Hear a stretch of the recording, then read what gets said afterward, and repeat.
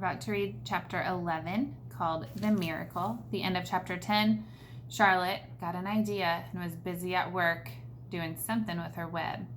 Let's find out what she was doing. The next day was foggy. Everything on the farm was dripping wet. The grass looked like a magic carpet. The asparagus patch looked like a silver forest. On foggy mornings, Charlotte's web was truly a thing of beauty. This morning, each thin strand was decorated with dozens of tiny beads of water. The web glistened in the light and made a pattern of loveliness and mystery like a delicate veil. Even Lurvy, who wasn't particularly interested in beauty, noticed the web when he came with the pig's breakfast. He noted how clearly it showed up, and he noted how big and carefully built it was, and then he took another look, and he saw something that made him set his pail down. There, in the center of the web, neatly woven in block letters, was a message. It said, "Some pig." Lurvy felt weak. He brushed his hand across his eyes, and he stared harder at Charlotte's web. "I'm seeing things," he whispered. He dropped to his knees, and he uttered a short prayer, and then, forgetting all about Wilbur's breakfast, he walked back to the house and called Mr. Zuckerman. "I think you'd better come down to the pig pen," he said. "What's the trouble?" asked Mr. Zuckerman. "Anything wrong with the pig?" "Not exactly," said Lurvy. "Come and see for yourself." The two men walked silently down to Wilbur's yard. Lurvy pointed to the spider's web. "Do you see what I see?" he asked.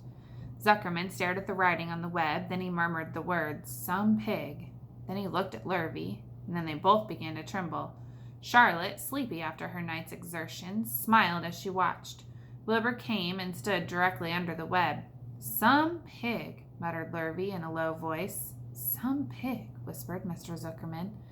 They stared and stared for a long time at Wilbur, and then they stared at Charlotte.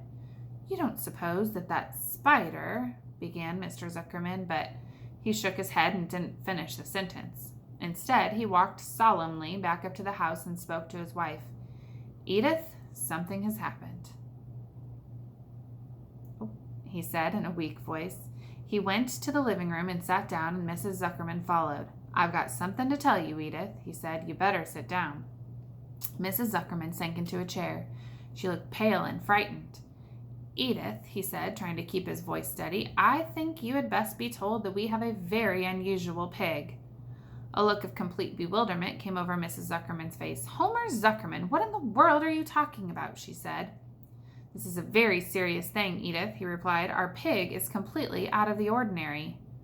"What's unusual about the pig?" asked Mrs. Zuckerman, who was beginning to recover from her scare. "Well, I don't really know yet," said Mr. Zuckerman, "but we have received a sign, Edith, a mysterious sign. A miracle has happened on this farm. There's a large spider's web in the doorway of the barn cellar right over the pig pen, and when Lurvy went to feed the pig this morning, he noticed the web because it was foggy, and you know how a spider's web looks very distinct in a fog, and right spang in the middle of the web there were the words, 'Some pig.' The words were woven right into the web. They were actually part of the web, Edith. I know because I've been down there and seen them. It says 'Some pig,' just as clear can be. There can be no mistake about it. A miracle has happened and a sign occurred here on earth right on our farm, and we have no ordinary pig." "Well," says Mrs. Zuckerman, "it seems to me you're a little off. It seems to me we have no ordinary spider." "Oh no," said Zuckerman, "it's the pig that's unusual. It says so, right there in the middle of the web." "Maybe so," said Mrs. Zuckerman. "Just the same, I intend to have a look at that spider." "It's just a common gray spider," said Zuckerman. They got up, and together they walked down to Wilbur's yard. "You see, Edith, it's just a common gray spider." Wilbur was pleased to receive so much attention. Lurvy was still standing there, and Mr. and Mrs. Zuckerman, all three, stood for about an hour reading the words on the web over and over and watching Wilbur. Charlotte was delighted with the way her trick was working. She sat without moving a muscle and listened to the conversation of the people. When a small fly blundered into the web just beyond the word pig, Charlotte dropped quickly down, rolled the fly up, and carried it out of the way. After a while, the fog lifted. The web dried off, and the words didn't show up so plainly. The Zuckermans and Lurvy walked back to the house. Just before they left the pig pen, Mr. Zuckerman took one last look at Wilbur. "You know," he said in an important voice, "I've thought all along that pig of ours was an extra good one. He's a solid pig. That pig is as solid as they come." You notice how solid he is around the shoulders, Lurvy? Sure I do, said Lurvy. I've always noticed that pig. He's quite a pig. He's long and he's smooth, said Zuckerman. That's right, agreed Lurvy. He's as smooth as they come. He is some pig. When Mr. Zuckerman got back to the house, he took off his work clothes and put on his best suit. Then he got into the car and drove to the minister's house. He stayed for an hour and explained to the minister that a miracle had happened on the farm. So far, said Zuckerman, only 4 people on earth know about this miracle: myself, my wife Edith, my hired man Lurvy, and you. Don't tell anybody else, said the minister. We don't know what it means yet, but perhaps if I give thought to it, I can explain it in my sermon next Sunday. There can be no doubt that you have a most unusual pig. I intend to speak about it in my sermon and point out the fact that this community has been visited with a wondrous animal. By the way, does the pig have a name? Why, yes, said Mr. Zuckerman. My little niece calls him Wilbur. She's a rather weird child, full of notions. She raised the pig on a bottle, and I bought him from her when he was a month old. He shook hands with the minister and left. Secrets are hard to keep.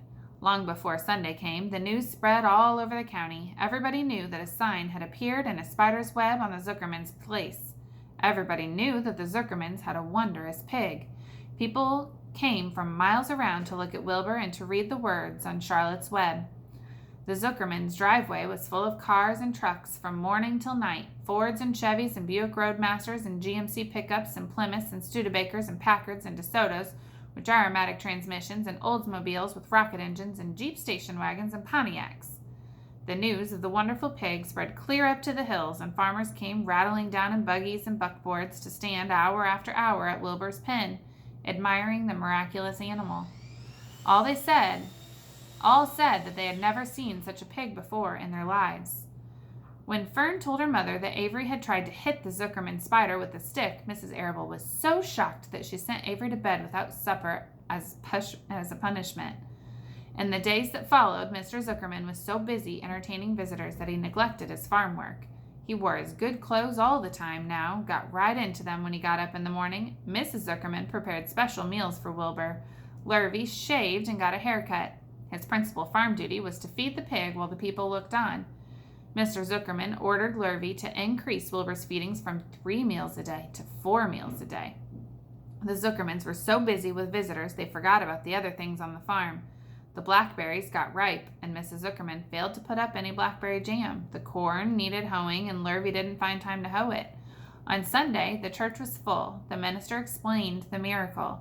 He said that the words on the spider's web proved that human beings must always be on the watch for the coming of wonders. All in all, the Zuckerman's pig pen was a center attraction. Fern was happy, for she felt that Charlotte's trick was working and that Wilbur's life would be saved. But she found that the barn was not nearly as pleasant. Too many people. She liked it better when she could be all alone with her friends, the animals.